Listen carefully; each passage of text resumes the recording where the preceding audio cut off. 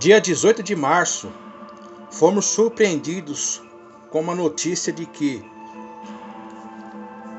duas empresas do Grupo Baltazar iriam para leilão.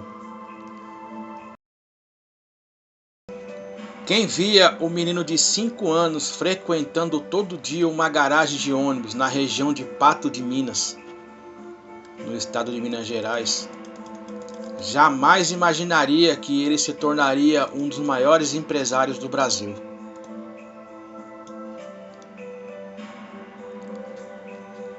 Atualmente, dono de cerca de 3.000 ônibus, em sociedade com os outros empresários, em 20 viações, Baltazar José de Souza teve sua vida desde a infância dedicada ao transporte, por necessidade e paixão.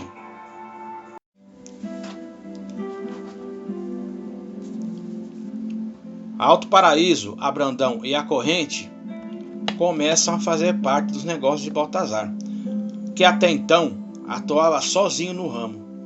Na época, muitos iniciavam companhias de ônibus com 1 ou 2 veículos, muitos caminhões adaptados.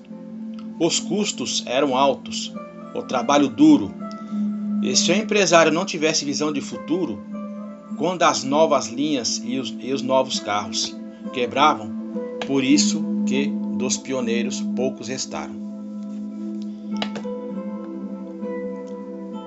Dizia ele, a Paraíso tinha 40 ônibus, sem exagero, só 10 funcionavam. Outros 30 estavam quebrados, batidos e estragados. Muitos nem na garagem, estavam espalhados pelo caminho, porque nem condições de guinchar os ônibus Alto Paraíso tinha. A frota precisava ser renovada. Baltazar precisava de um financiamento, reuniu 10 velhos ônibus da marca Internacional que ainda rodavam na empresa. Os fotografou e saiu em busca de alguém disposto a emprestar dinheiro necessário. Dizia, era minha única garantia no financiamento, apesar de não estarem bem. Eles pegavam na primeira, eram possantes e percorriam trajetos difíceis, que era uma beleza. Mas, se entrasse ar no motor, ninguém desempacava esses ônibus.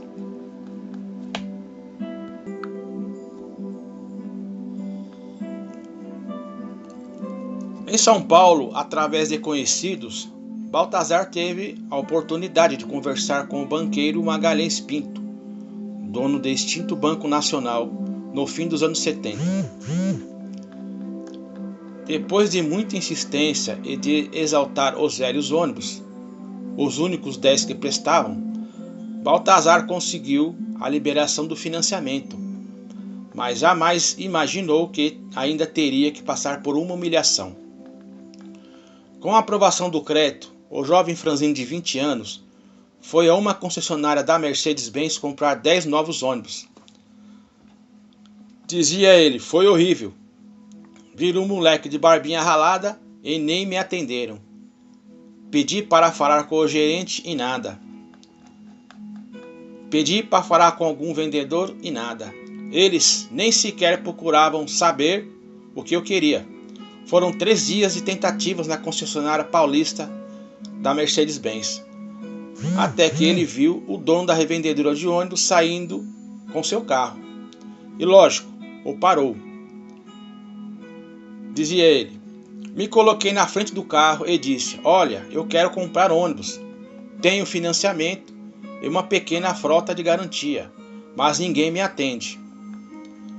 Meio desconfiado, o proprietário da concessionária pediu que ele voltasse no dia seguinte. Às 8 da manhã, conforme combinado, estava na porta da concessionária. Encontrou o dono, mostrou a foto com os ônibus velhos e o convenceu a fechar negócio. Dizia ele, para minha alegria e para desmoralizar os gerentes que não me atenderam, tocou o telefone da concessionária. Era o Magalhães Pinto ligando. para a revendedora dizendo que o meu financiamento estava certo.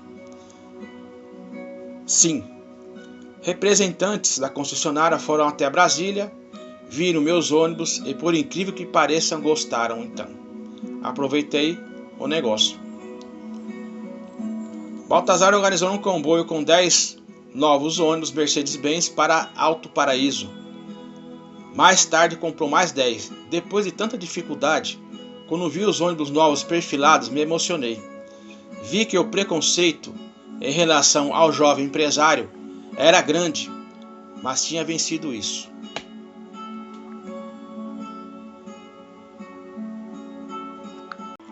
A grande verdade é a seguinte: o empresário pioneiro nesse país não tem um pingo de valor.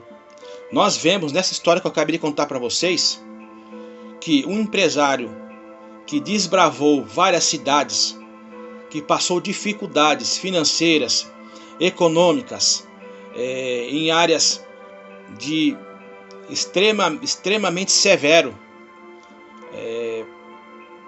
passa por um problema desse.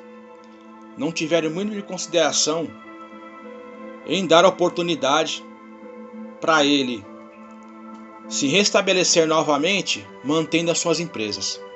Municípios como Mauá, Santo André, São Bernardo do Campo, Diadema, Uberaba, São José dos Campos, Imperatriz, Cuiabá, Manaus, todos foram desbravadas pelo senhor Baltazar, que pegou a pior época do transportes, onde não havia licitações e os financiamentos para empresas eram terríveis.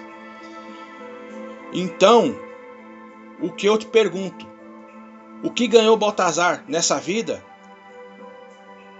tendo esse desfecho? Quantos pais e famílias ele deu emprego? Quantas famílias viviam engajadas, vivendo do salário das empresas do grupo do senhor Baltazar? Ressalto aqui, amigos, a ingratidão política de Mauá. Mauá, ele operou lá durante 40 anos e não teve o mínimo de consideração com o poder público em fazer novas licitações e botar as empresas dele para fora do município, para recolher valor de outorga de um outro concorrente. Eu acredito que o pioneirismo tem que ser respeitado na hora de uma licitação. Hoje, o Mauá só é o que é, só teve o desenvolvimento que teve por causa do grupo Baltazar, que ligou bairros com terrenos severos ao centro da cidade, girando comércio, girando impostos e girando empregos. Esse foi o benefício que o Baltazar trouxe para a região do ABC. E, infelizmente, não foi levado em consideração. Gostaríamos de agradecê-lo pelo trabalho que ele fez, por sua história e por suas vitórias. E temos certeza que ele continuará operando em outras cidades e conseguirá retomar seus investimentos, suas empresas e novamente desbravar municípios e ter sucesso em suas empresas. Agradecemos, senhor Baltazar, pela sua trajetória, pelo exemplo que o senhor foi para muitos empresários novos e para muitas pessoas que trabalhou em suas empresas. Muito obrigado, amigo. Que o senhor retorne logo e tenha sucesso novamente em suas empresas.